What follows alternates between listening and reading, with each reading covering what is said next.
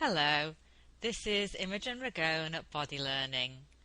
This interview is part of a series I am conducting with different Alexander Technique teachers, especially more senior, successful teachers, to find how they go about teaching a first lesson. I believe and I hope that this will become a valuable resource for us all. So, my guest today is Ariel Weiss. Ariel has been teaching in the Philadelphia area since certifying in 1988. In addition to her private practice, she coaches opera singers and instrumentalists at the Curtis Institute of Music, ice dancers at the Philadelphia Skating Club, retirees at Crosslands Community, and she trains Alexander Technique teachers for Martha Furtman's training course, the Philadelphia School for the Alexander Technique. Ariel trained as a modern dancer and choreographer, and her expertise is in analyzing complex movement sequences and in applying Alexander's principles in a wide range of activities. Welcome to the show, Ariel. Thank you so much, Imogen. It's a pleasure to do this with you. Oh, I'm very happy to have you here. So I'm really excited to learn more about your approach to teaching a first lesson. And what I mean by a first lesson is with a brand new student who hasn't had any Alexander experience or worked with you before. So I've had lessons with you, but I wasn't a brand new student to the technique. Yes. So starting at the very beginning, when a prospective new student contacts you, whether that's by email or by phone, do you have a particular way you like to handle it? Maybe specific questions you ask or information you want to give them before you meet? I actually find that I'm doing less information gathering before I meet someone in person, because I find that meeting them in person is much more valuable in terms of the information I want, and I want to be able to not only read words or listen to their voice, I want to be able to watch how they're moving as I get the information. So I have learned to be much more succinct in terms of a first encounter with a prospective student. I want to find out what their interest is and if I think I might be able to help them. And I actually try to get them to come in for a lesson.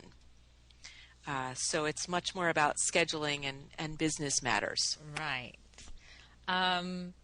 So as you're talking about the business matters side of it, how do you handle the payment issue? I kind of think this is, and I don't even mean how much you charge. I mean,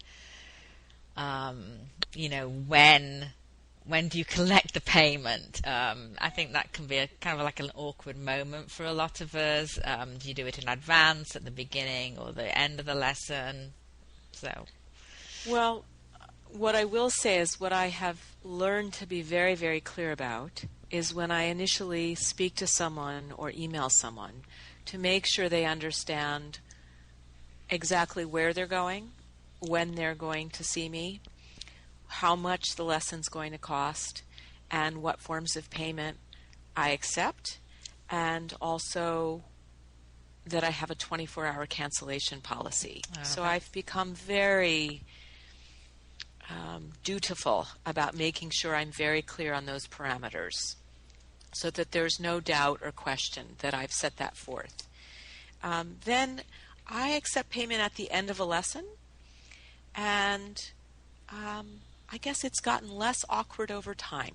I'll say that. Good to know. And how important is a first lesson?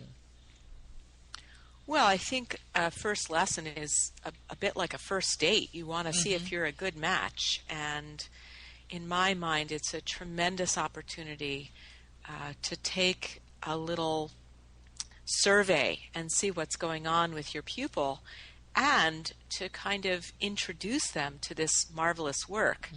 And my goal is always to really engage their curiosity, to give them an experience that's other than what they've had previously, and to show them to demonstrate that the work will have a practical usefulness to them.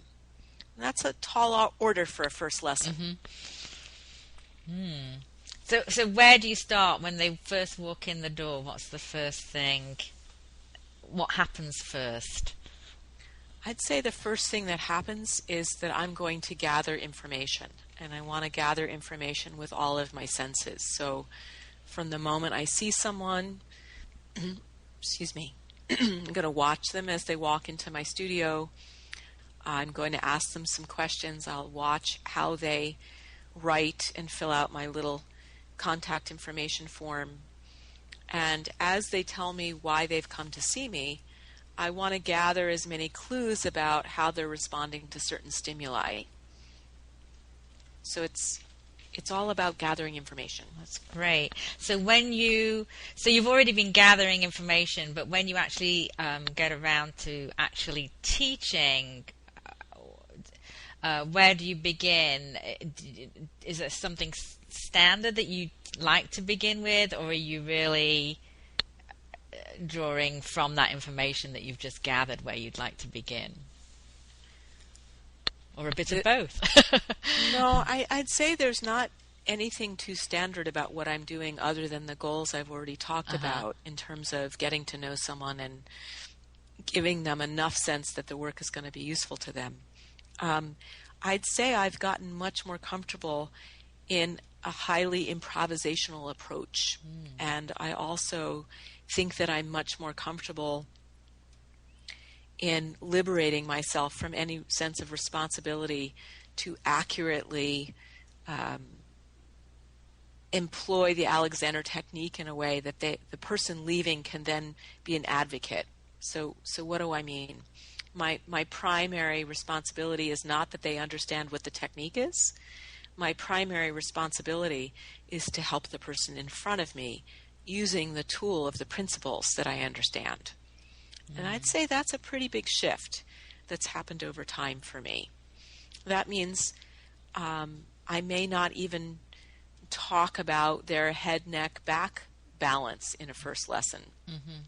I may speak much more generally about how much effort they're employing, or I may speak more generally about how they're using their attention to kind of get them, I call it setting the scene. And what I'm looking for as I'm gathering information is some kind of organizing stimulus that I see. And I'm going to choose a way in. I'm going to choose a way in and try to get a sense of who that person is in terms of what kind of language, in terms of, do I need to use my hands right away? Is it a matter of giving them some basic body mapping information? Is it a matter of me demonstrating what I see, or having them put their hands on me as I demonstrate? And likely to use a number one of those strategies. That's very interesting, and I love what you said about liberating yourself. That's great. So having said that you have this very sort of responsive and improvisational approach, is there anything you would say that you deliberately do not introduce?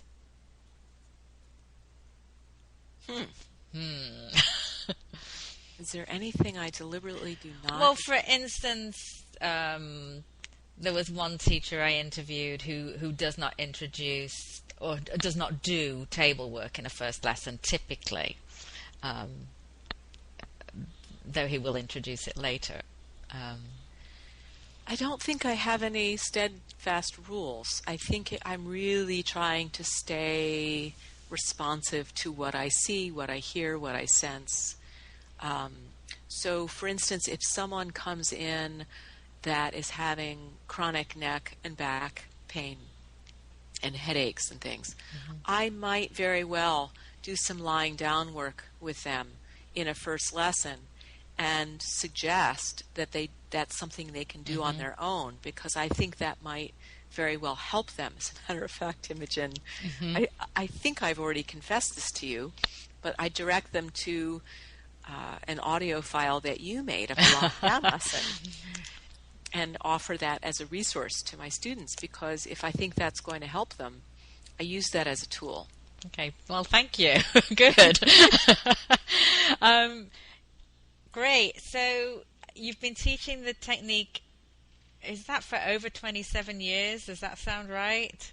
I think that is right. Yes. So how, it sounds like your approach has evolved, because you've talked about you've got better at this or you've let this go. So how would you say it has changed since you first started out?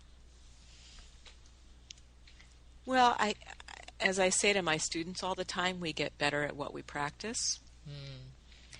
So I definitely feel much calmer in those moments that as teachers I think I'm not alone, that previously made me much more anxious, such as, oh, they're not getting what I'm saying.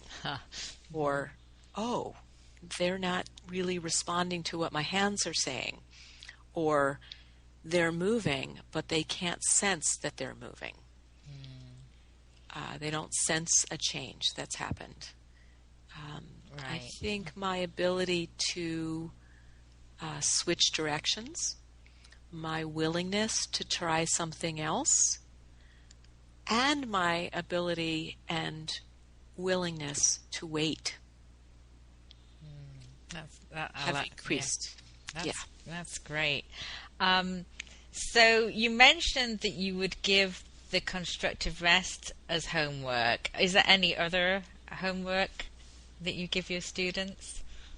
I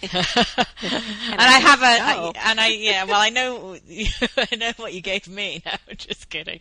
So. Yes, I do give my students homework, and I try to make it as fun and worry-free as possible. And you do from the get-go, from the very first lesson? From the very get-go. Yeah. Because what I'm wanting to communicate with my students is a number of things. One is that this is an educational process, and that change is going to happen over time, and that the more time they put in, the more they'll get out of it.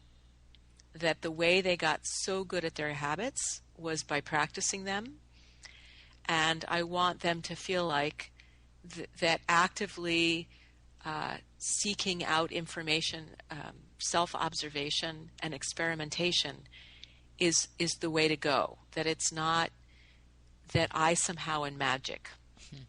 It's not my hands. It is a thinking process. And that the thinking process they can take with them when they leave my studio, and that in the end they might be the best teacher around, their own thought process. Well, I'm busy here just nodding my head. I love all of that. I totally agree.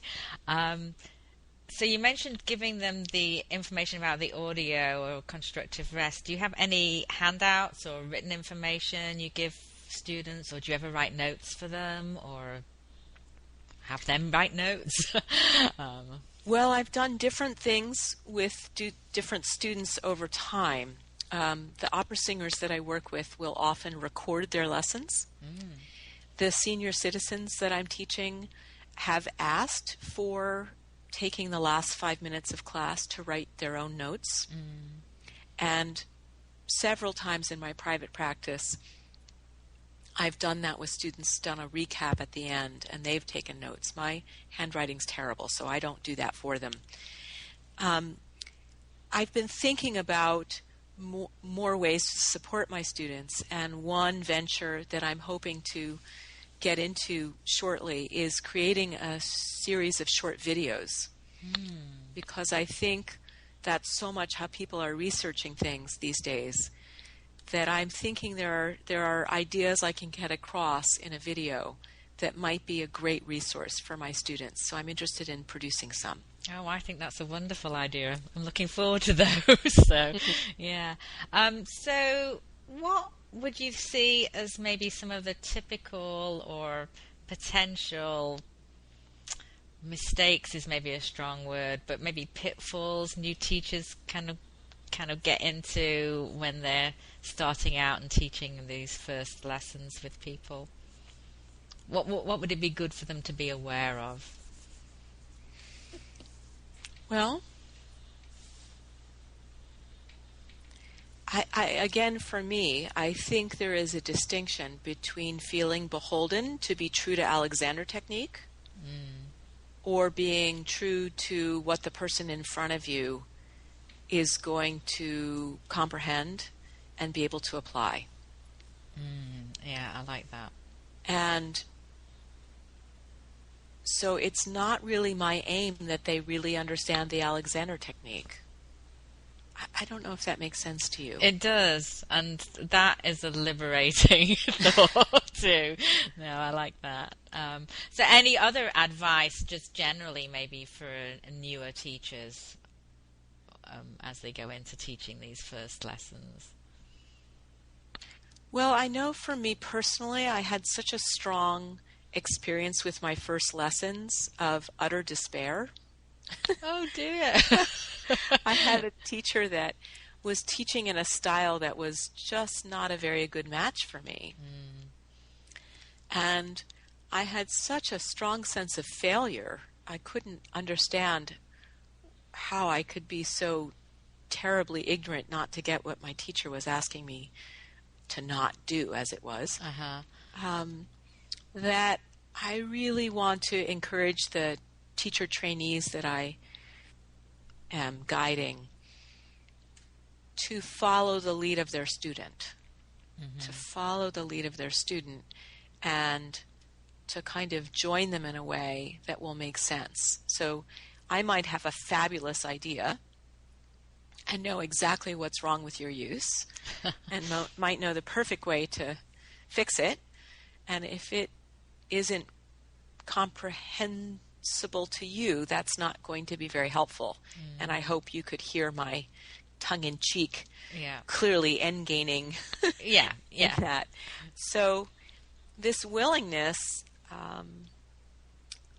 I think one of the best examples for me is I used to just cringe when a student would say, "Oh, it's so subtle." And what I've done is I've taken that as a good teacher to me, that I want to be as concise and clear as I possibly can. I personally want to be practically useful. It's another reason why I give people homework. I want them to understand that the manner of their use affects how they function and how they feel. And if I have them pay attention to how they brush their teeth in the morning or bend over to chop carrots, they might start to make this very direct link to the way they organize their movement affects how they function and how they feel. Yeah, that's great. I couldn't agree more. So before we finish up, is there anything else you'd like to add or share?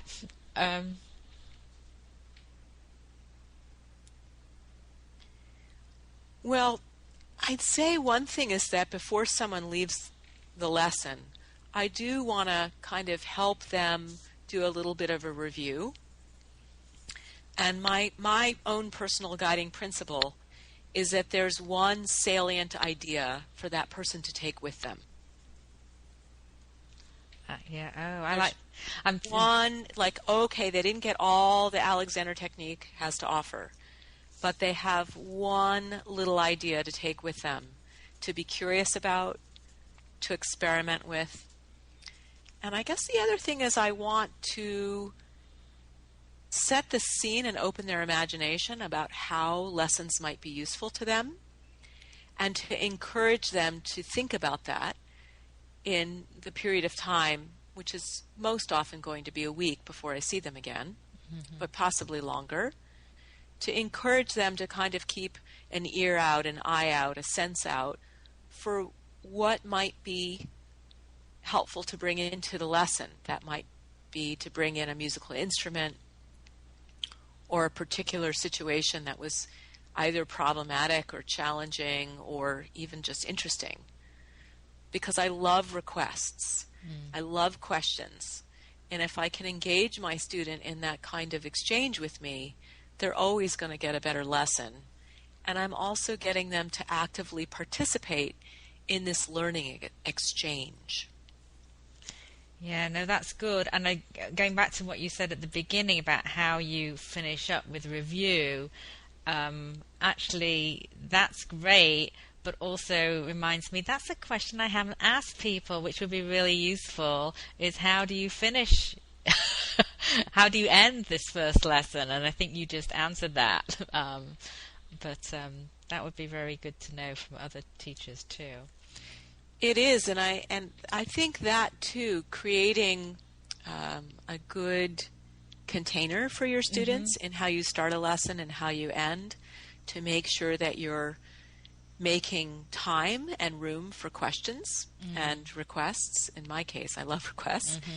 And then also down to the very practical of scheduling the next lesson, because I used to be very shy about that and very hesitant to ask someone to commit to scheduling.